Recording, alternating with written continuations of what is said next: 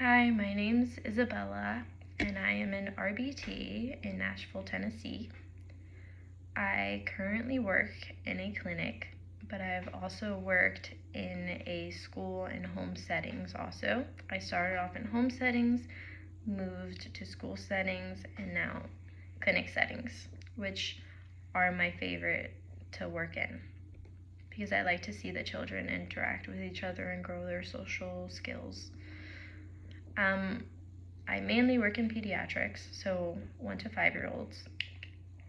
Our clinic is just open, the new one I work with, and right now we only have 1 to 3-year-olds, and then our afternoon kiddos are 12 and 14, so I've learning a lot more experience with the older kiddos since I've never worked with 12 or 14-year-olds, but we're working with really little ones, our youngest being 1-year-old.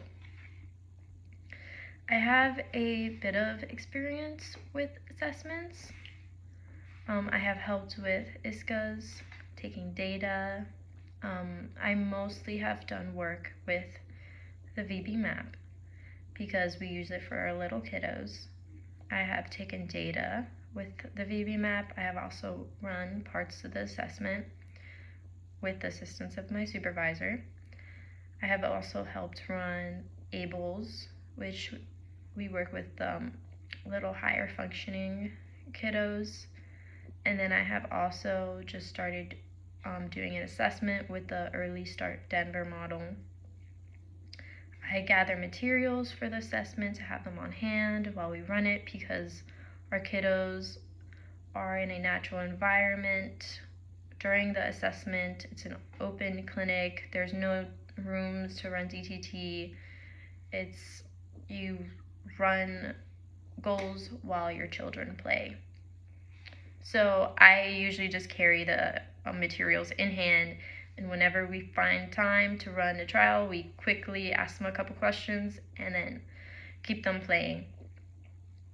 And we observe them that way for the assessment.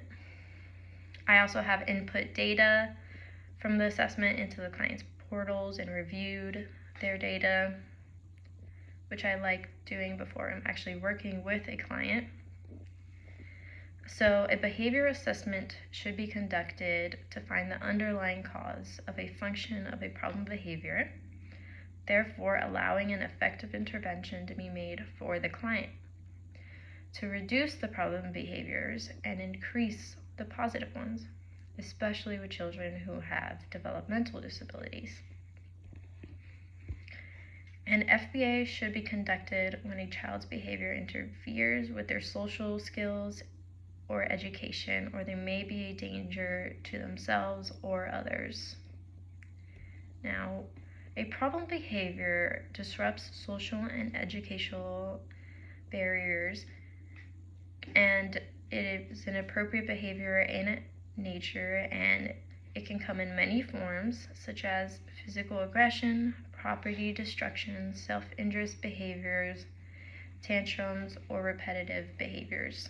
They may cause harm to themselves or harm to others. Now, there are 4 functions of behavior. Sensory, which is something that, in a sense, feels good, which could be tickles, head rubs, spinning in circles. Then we have also escape maintained behaviors, so mainly running away, or what we call elopement. Then we have attention maintained behavior, which is pretty self-explanatory. A kid may be having a tantrum when a parent looks away to get their attention. And we also have tangible, so that is something they want, such as a piece of candy and the mom won't let them have it, so they throw a tantrum and then the mom gives them what they want, which is a piece of candy. So an FA is a functional analysis, and in FAs you create a situation or modify the environment in which the behavior will arise. FAs also involve a direct observation of the behavior and an open-ended interview before the analysis takes place. So an open-ended interview is an interview that doesn't involve scales or numbers. You ask the parent themselves or those close to them, be it teachers or the parents, and they ask questions like, okay, so what kind of behaviors do you want to see increased? What do you want to see behaviors decreased? What does the main behavior look like? What does a tantrum look like with you? What does the client like? What does the client dislike? And then they base their assessment off of that. And they are more individualized for the client. They do not occur in a naturalistic environment, but one that has been modified. They manipulate the environment to bring out the behavior and find its function. In other words, you create a condition in which the behavior can occur to test your hypothesis of what the function is behind the behavior. Now, in an FBA or functional behavioral assessment, it's a multi-method strategy to conclude the function of the behavior.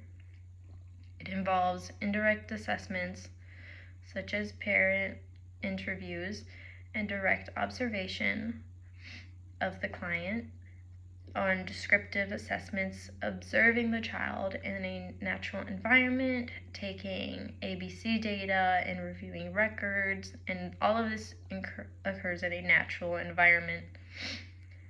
So my company, we conduct FBAs. So our company works with, it's a long process. So first we have the client's parents come in, we talk about our clinic, behavior analysis, what we can do for our client, their child. Then once they have decided to work with our clinic, we have a open-ended interview with them, which is called a summary meeting. And we ask them questions like, what does your kid like? If you had $1 million to stop your child from having a tantrum, what would you do? We give them questions, the same but different, repeated. And we find out their reinforcers. If they have problems eating, we could give them feeding therapy. And while all that is happening, we are running an assessment with the child. And all this is through the clinic naturalistically, since we don't have any DTT rooms. So one of the main assessments we run is our VB-MAP, since we have really young kiddos. So our graphs usually come in this form, this scoring form. Now we're usually at level 1, since our kiddos are 1 to 2 years old, and a fully colored in square is 1 full point, and half a colored square is half a point. So here is an example of something we would run in the clinic. So they give you the objective, the materials needed, an example of what is needed, what a full point looks like, and what half a point looks like, and the main goal here for you to follow. We also hand them the Vineland. On top of that, review all their records to create a whole picture of what the kiddo needs to create a really solid intervention for them. And then even when the client is starting to work in our clinic, we are still observing them, still working on the assessment, making sure we get all their deficits to create a good learning tree or behavior intervention plan for them. So I would say the full process is usually around 2 weeks from when their parents first enter the clinic to decide if they want their child to start, and all the way to the end when our intervention is graphed and we have our tracking tools ready. It takes around 2 weeks to have a behavior intervention plan ready for the client. I would like to learn more about the different types of assessments giving in our clinic. For example, the VB-MAPP I have more experience with since we have little kiddos, but the Early Start Denver model and ABLS I had just learned about, and I would have liked to learn more of that in school. And I know we went over it in some classes, but it was very quick, and I would have liked to learn more about that as it's in our clinic, and as a BCBA, you're doing that with every single client. I haven't seen an FA in my work, which I would have liked to seen more in my field work. And I have learned in school more about FBAs, and we do FBAs, but it's not the same as what we learned in class. It's pretty different. I haven't seen us do scatter plots. I haven't seen us take ABC data. It's a lot of parent interviews. I've done parent training.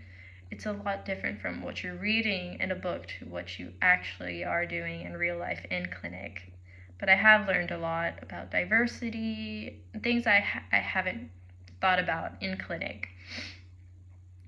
Now, for questions I have for my fellow classmates, I would like to know if you guys have seen FAs or FBAs in your clinic, and if you've seen them run in home or in schools, because I have personally not seen them run when I start working with a client in home or at a school. So I would like to know if you guys have seen FAs or FBAs. What's your experience with them? Thank you.